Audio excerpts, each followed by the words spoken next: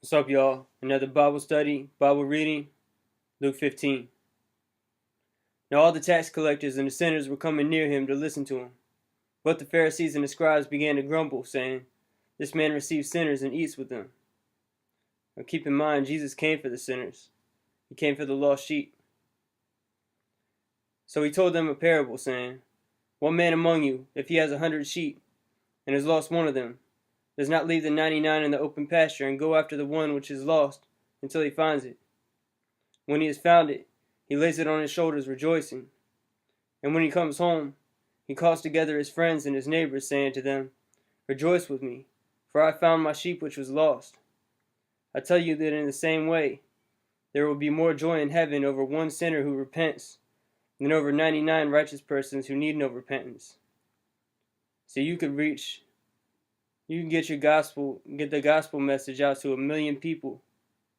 But if one sinner repents, then the angels in heaven are rejoicing. Or what woman, if she has 10 silver coins and loses one coin? Now I believe the woman is the church. I think the 10 silver coins represent the 10 commandments. And the church has lost one of those commandments. And that's the Sabbath. Or what woman, if she has 10 silver coins and loses one coin, does not light a lamp and sweep the house and search carefully until she finds it? When she has found it, she calls together her friends and neighbors, saying, "Rejoice with me, for I found the coin which I had lost." In the same way, I tell you, there is joy in the presence of the angels of God over one sinner who repents and turns back to the commandments. And he said, a man had 2 sons. Now the 2 sons are going to be the house of Israel and the house of Judah. In the days after Solomon, Israel was split up.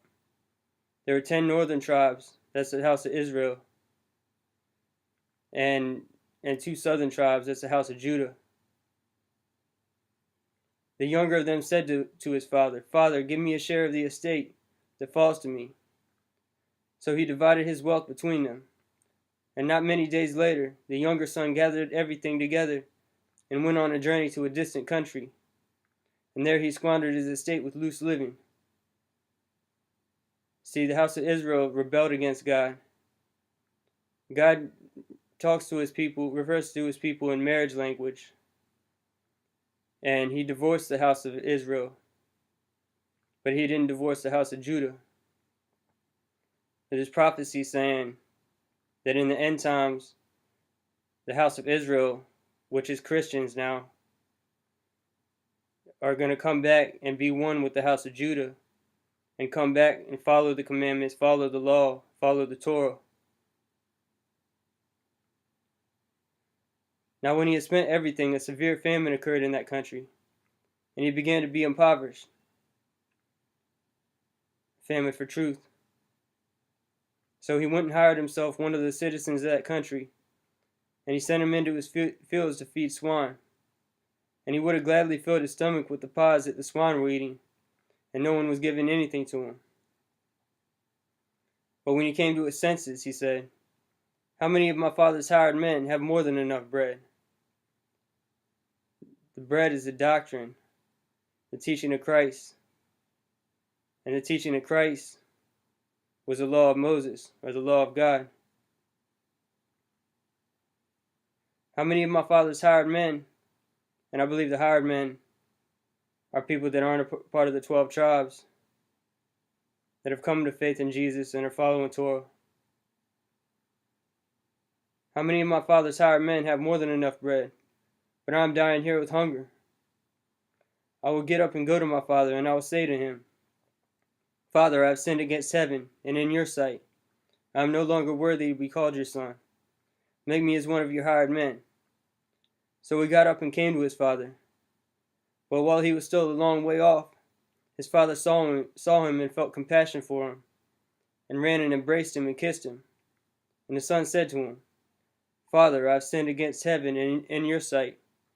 I am no longer worthy to be called your son.' But the father said to his slaves, 'Quickly bring out the best robe and put it on him, and put a ring on his hand and sandals on his feet. And bring the fattened calf and kill it, and let us eat and celebrate. For this son of mine was dead, and has come back to life again. He was lost, and has been found. And they began to celebrate. Now his older son was in the field, and when he came and approached the house, he heard music and dancing. And he summoned one of the servants and began inquiring what these things could be. And he said to him, Your brother has come, and your father has killed the fattened calf because he has received him back safe and sound. But he became angry and was not willing to go in. But his father came out and began pleading with him. But he answered and said to his father, Look, for so many years I have been serving you, and have not neglected a command of yours. See, they've kept Torah the whole time. That's the house of Judah. But the Christians fell away from it.